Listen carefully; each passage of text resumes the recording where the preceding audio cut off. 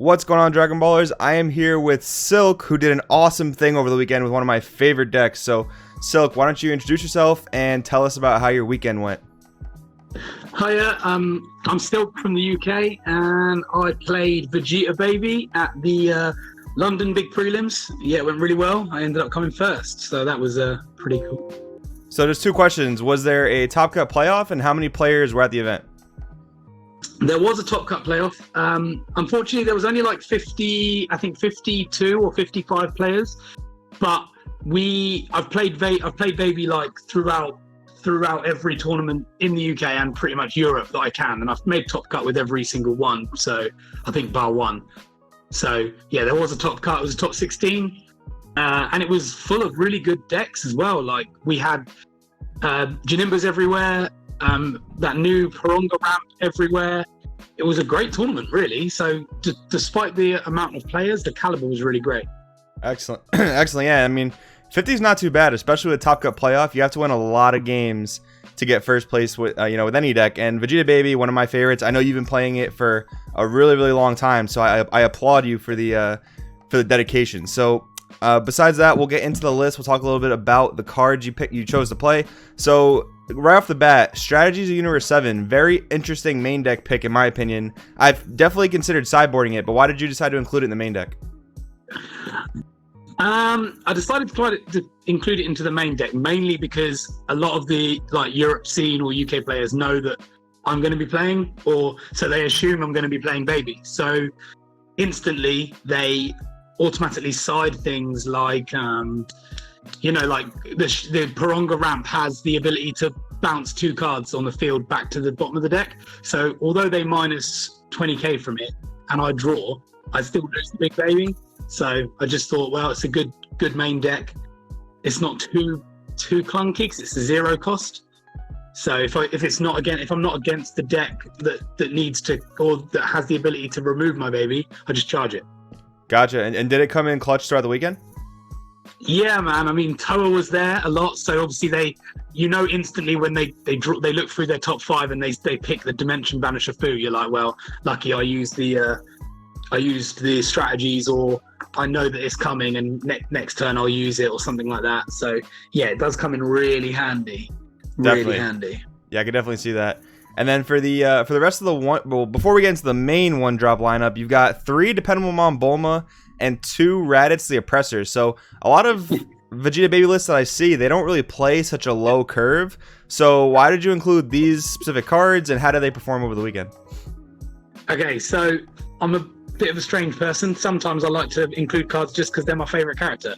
Now Raditz, when the Raditz new one drop comes out, the green one, I will make the Raditz leader work somehow. I'll just play it until I make it work. Excellent. Because I just love Raditz. So that's why he's in there. And also the ability for your opponent not to untap during their turn. It can be quite clutch. It can be quite useful. So I put it in there. Dependable Mum Bulma, I've always treated it as like a free negate. So you drop it down on the field, you tap, you draw. They're going to try and get rid of that Bulma. So you get to have your free negate. You get to take your own life with Vegeta Baby's effect. So you still gain 1 card and you've survived an attack. It's a very simple thing for me. I know a lot of people are playing the Bula, I think it's called, yep, to like search the top. But I know my RNG, and if I miss that, it's just a wasted card. Definitely, yeah. I mean, Dependable Mom Bulma, in my opinion, is an excellent card, and if that thing lives for multiple turns, it's crazy. So I also like the logic of the free blocker. So the 2, all you got, 2 after image, very, very standard red split. A lot of people are doing this 2-2 split right now, and it seems to be working. Then we have the 1-drop Baby lineup. So obviously you're playing the entire Baby chain. So in my opinion, like in the games where the 6-drop Baby just sits on the board for multiple turns, it almost feels like you can't lose. And with Strategies of Universe 7 at 2 of in the main deck, I think that you probably had a lot of success with that. So I mean, did you ever suffer from like consistency problems? Like how did the overall Baby chain feel over the weekend? So a lot of my games I've ended on turn 2. Like I can end, when I say end, I don't mean they're actually dead. They're usually at 1 life, or they're pretty stuck. They've got a lot of cards in their hand, but they can't do anything. Right. Because they've only got 1 energy. They go to turn 2, it's my turn 3. they're trying to survive multiple attacks. So I found it really consistent. The games where you don't open up with the one drop, you've got things like the Cabba in there or the Digging Deep, and you swing enough, and people were thinking, right, I'm safe. There's no baby coming out. So then you drop the one drop late game and evolve on top, and people forget about that evolve cost all the time. People forget that you can just tap 4 energy and evolve. So against Toa, I bricked quite hard. In top 4, I bricked quite hard. So I just waited, played the one drop, and then nothing happened to the one drop. So the next time I just evolved straight on top of it, and he sat there thinking, oh yeah, I forgot I could do that.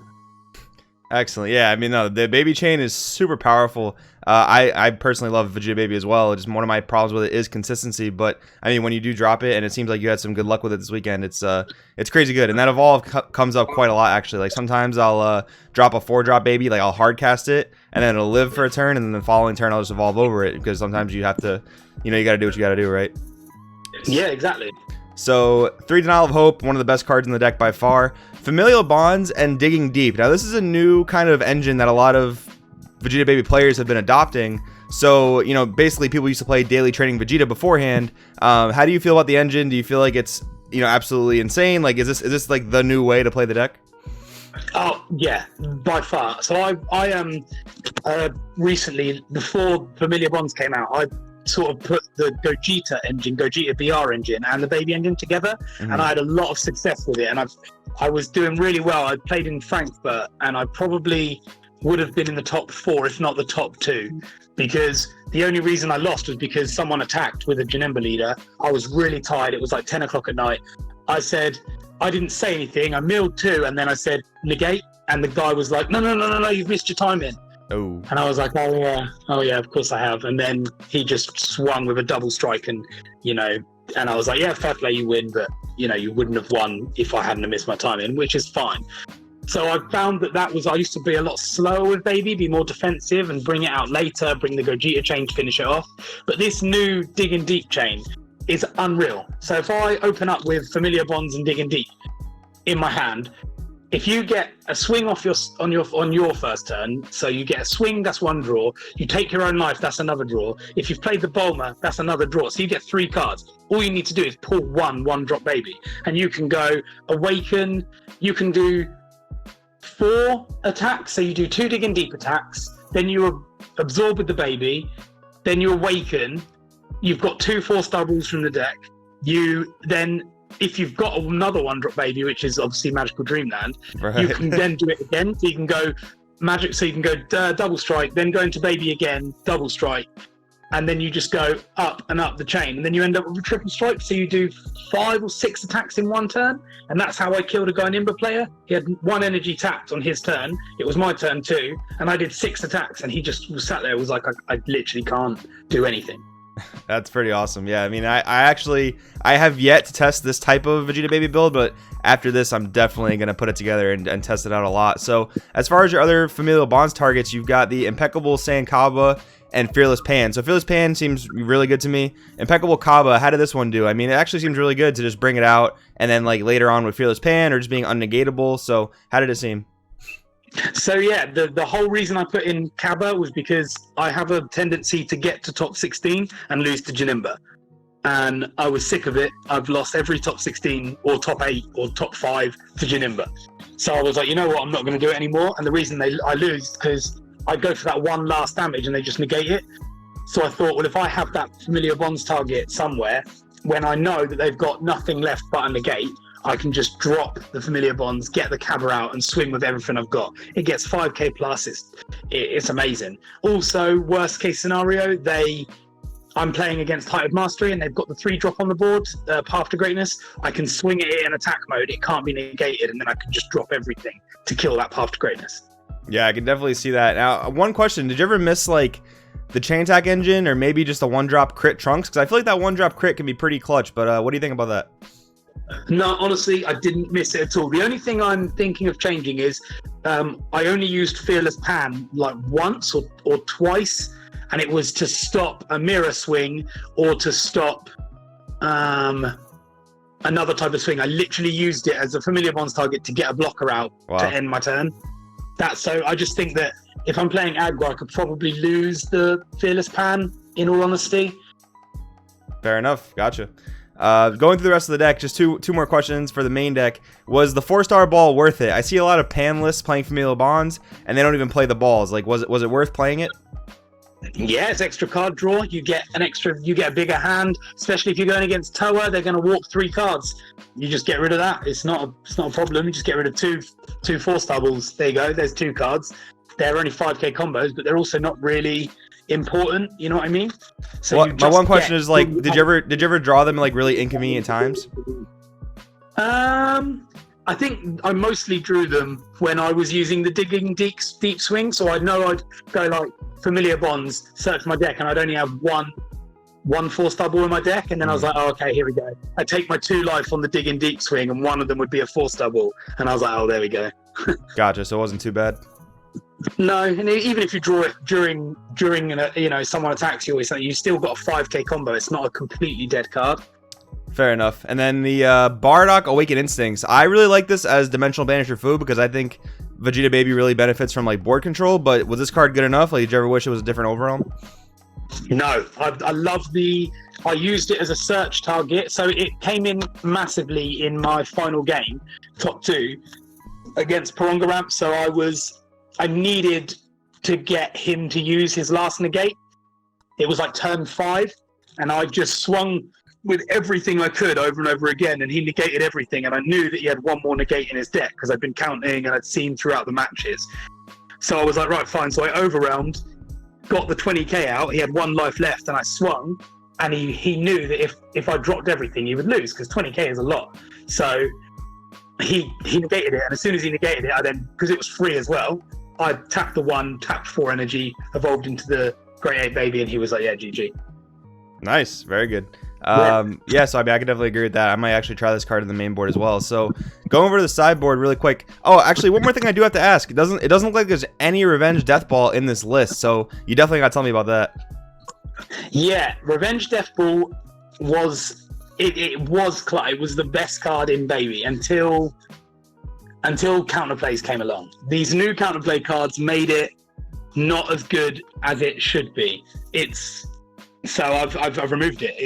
It was a very difficult decision. Like, I really thought about it a lot because Revenge Death Ball kills Height of Mastery easily. Like, you just stay unawakened when they attack with Victory Strike. You awaken. You've got 5 free energy open because you've kept what 1 open, whatever, and they can only tap 3. And then you just drop 3 Revenge Death Balls, or you've minus 20k and you drop 2 Revenge Death Balls. But I do think with the new counterplay system, where you need Denial of Hope and things like that, I don't think Revenge Death Ball's worth it. I think your energy resource management is just more applicable in other areas, you know? Fair enough. Yeah, I mean, I can see it. I've thought about the same thing. Like, my current build only plays 2, so I can see it being a little less important. Maybe, like, side deckable, if anything. But going over to the side deck, so a lot of it looks like pretty standard. A lot of Janemba hate. You got the Frieza SCR. But the one really, really curious one is the Deborah, the Insurmountable. So where did that come in? What did you want that for specifically?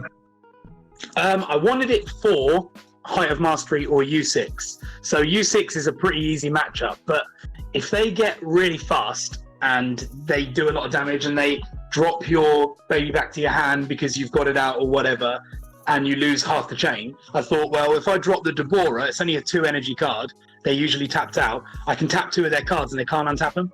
Yeah, so yeah, I can tap 2 of their cards and they can't untap them, which stops them doing a lot of things. So you can either tap their Cauliflers or their Kales, which are double strikes or crits, and they just can't do anything about it. Gotcha, yeah. And then the rest of the side deck looks pretty standard. I mean, is there anything you want to touch on specifically, like in the sideboard? No, not really. I mean, my side was a bit last minute. We